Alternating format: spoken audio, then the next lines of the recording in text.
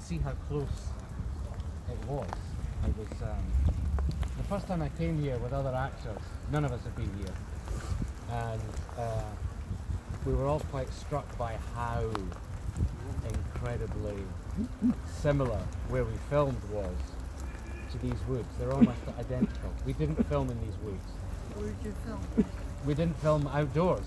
We filmed in an aircraft hangar where they had, if you can imagine, they basically built a swimming pool of railway sleepers, you know, the big wooden timbers, about 15 feet deep around the perimeter of this aircraft hangar. They filled it with earth, and they imported these trees, and they planted the trees, and then all around the outside of the aircraft hangar, around the edge, on the interior, they stretched a canvas, I think 40 feet high, and they painted a snowy forest going off into the distance all the way around. There was a team of painters, took weeks to paint this canvas, which I think remains the biggest hand-painted film canvas ever. But if you took someone and stood them in the blindfold and stood them in the middle of this set, and then took the blindfold off and said, "Where are you?" They'd say, "I'm in the middle of a forest, a snowy forest, and it's really warm. I don't understand what's going on." We filmed for a number of weeks, episodes 6 and 7 in that forest set, which was incredible. The snow you see on the ground is a kind of mulched paper. There's a company called Snow Business who come and do all the snow. They do the ice. There's 6, 7 different types of ice.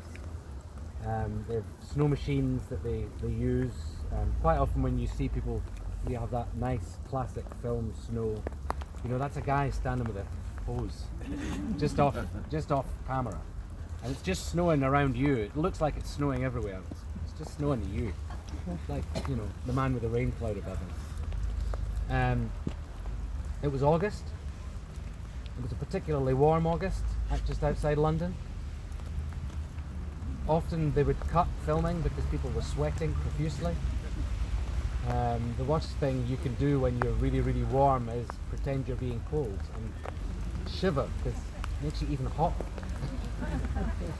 So yeah, you know, I hope I'm not spoiling it for anyone, but you know, the icicles you see on people's eyelashes and beards is icing sugar that's kind of mixed up and painted on, and our red noses are painted on, and you can't really see it today. No, but the breath you see that's all digital. That was all painted in later, but again by what company? That's what they do. I believe that's all they do. They just do breath.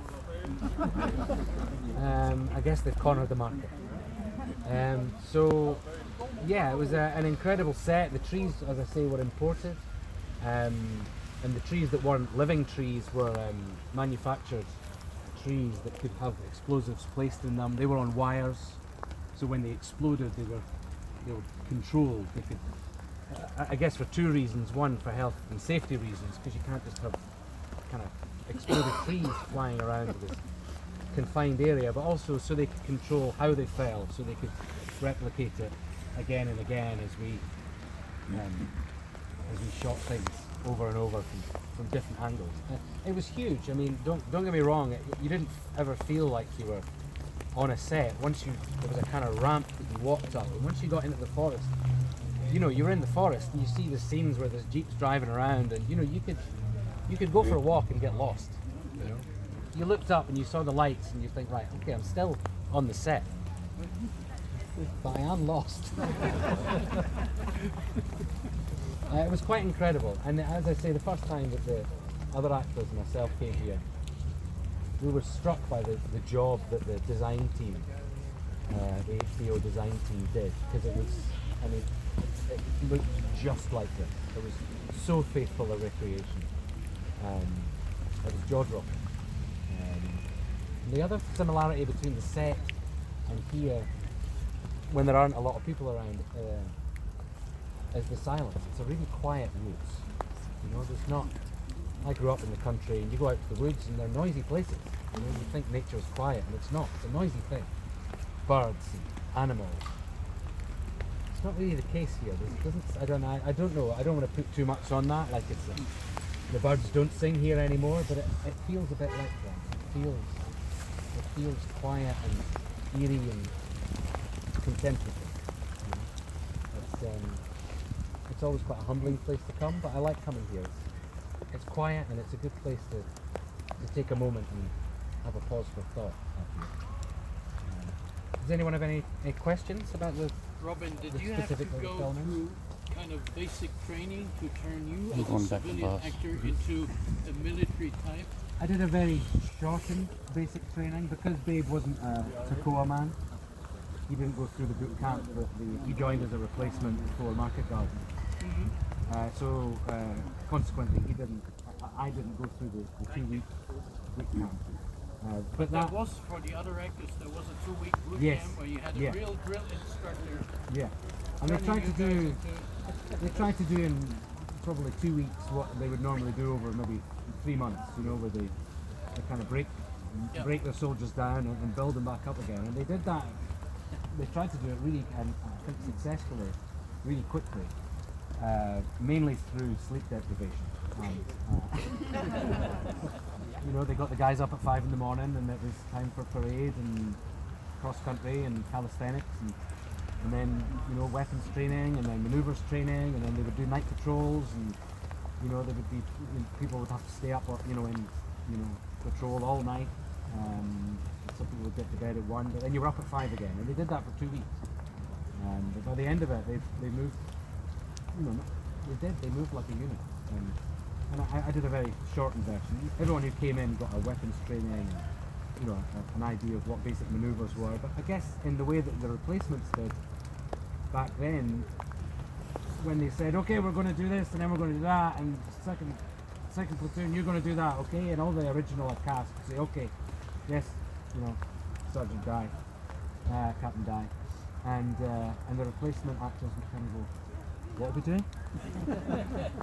And the original actors, as I guess the men did back in the day, would say, just stick with me. I'll show you what to do. And so you kind of picked it up as you went along. And then you did that when other replacements came in, further down the line. So it worked, I must admit, when I first heard they were doing the boot camp and the original actors would do it, and the later actors wouldn't do it because I thought maybe a little hokey. I thought, really? We're actors. We need to go through that, but as we got into the show and filming and more so looking back, I realised that it lent the series an authenticity, and also it created a dynamic between the original man and the replacement that did exist, and I think it helped the show. I don't think it hindered it. So. What was it like playing the real character Babe, and how did you get to know him? It was a real privilege and an honour. It was scary because he was still alive, so if you made a mess of it, he would come and kick your ass. For real, yeah. So there was, you felt you had a kind of duty of care. It wasn't just about self-preservation. And he was great. He was really open and honest. I don't think, speaking to his daughter, he didn't talk a lot about the war. He didn't like to talk about the war, and he said that to me. I don't really like talking about the war, but whatever you want to know, ask me. If I can answer it, I will. And he did. He was very open. He was very honest. We talked on the telephone a lot. It took me a while to get him in. He wasn't a man for staying in. He liked to be out and about every day. So before we started filming, I spoke to Bill Garnier, and I'd actually started filming before I ever got to speak to Dave. But the first time we spoke, I think I got him in. It was about 1 in the morning in the UK, and we talked for a couple of hours. I went to bed at 3 o'clock, I think, and I had a book full of notes and jottings. I had a couple of questions for him, but that got us going. Once we started. That was it, and he was great. Anytime I had any questions, even down to, phoning him up to say, I'm quite sure how to say this line. Can you say it to me? Just to get the, get the accent. He was great, and he and Bill came over and visited the set, and and yeah, and we remained in touch, and any opportunity that we could, if he was in England or I was in the States, we would meet, and and I remained very good friends with his daughter and son-in-law. When did he pass away? December the 1st, 5 years ago. So December the 1st. How long did this filming take place? Sorry? How long did the filming take place? The filming took place over 8 months. It was from mid-March until about mid-November in 2000. By and large, all took place just outside London, in a place called Hatfield, which was an air base. I think it was about 10,000 acres. So there was a landing strip there. There was an observation tower, and I think they filmed quite a lot of Private Ryan there. And they basically terraformed the place. They dug lakes, they built towns, the dikes that you see in Holland, they were all created and built. The Bois Jacques were inside this huge hangar, and that's where we were. We went to Interlaken in Switzerland for 3 weeks for episodes 9 and 10, sort of the baseball game, all the exterior stuff. And the parades where people are getting their points at the end of episode, is that 9, 10? That parade took place in a little town in Interlaken, which was beautiful.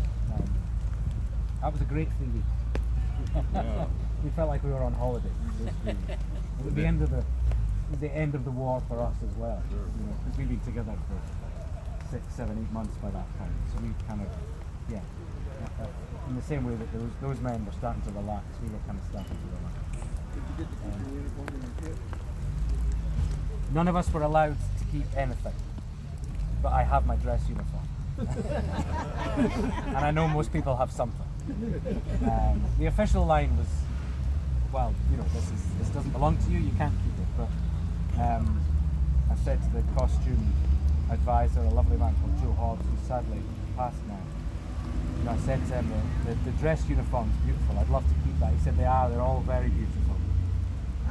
That was all he said, and I thought, okay, I'll try. And that was my last day of filming. That was at lunchtime, I think. And then when I got back to my little changing trailer at the end of the day, I went in and my dress uniform was there, hanging in a clear plastic bag. So I have that, and my corcoran boots.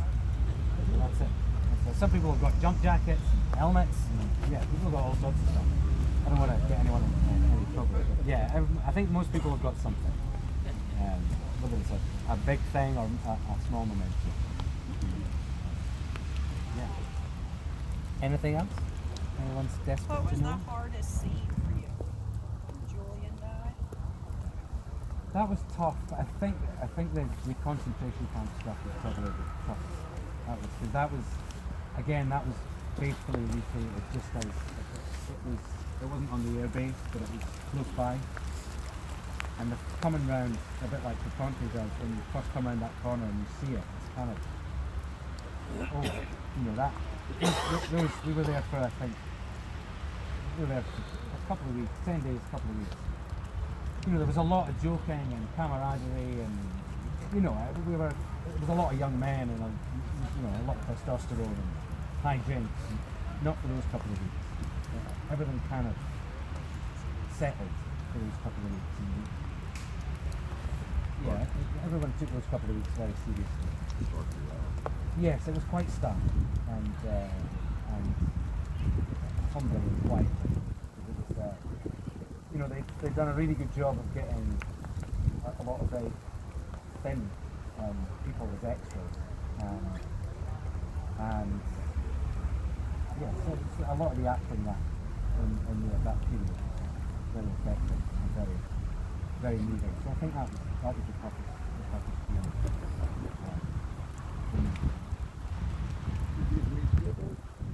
No. He came over, every time he came over I was off. So, there you go. But I got directed by Tom Hanks, so that was a win. If you were in a particular scene, were you still doing something in the movie, being a regular soldier? Yeah, that was how it worked. There was there were no stars back then anyway. Nobody in the show was apart from David Schwimmer because of Friends, nobody was really known. You know, you see a lot of those guys are kind of leading men now. But back then, they were all just jobbing actors, and that was a deal. It wasn't like Private Ryan where you were following a particular couple of people. It was about this company. And so some days you would be front and centre and you would be saying stuff. Other days you'd literally be half a mile away from the camera. But that didn't matter. That was you were there to, you know, that was your function that day, and you did it, and we all did it with, you know, a minimum grumbling. You know, on days that were worse than this, sometimes you would think, oh, you know, this could be any green smudge in the background. But you think, well, you know what? It was a lot worse back then. So let's just get on with it. And I think early on there were maybe one or two people who felt that they didn't really want to be that, you know, far away guy, and they got written out. May I perhaps suggest, while before another group comes, let's continue a little bit and keep asking Robin questions.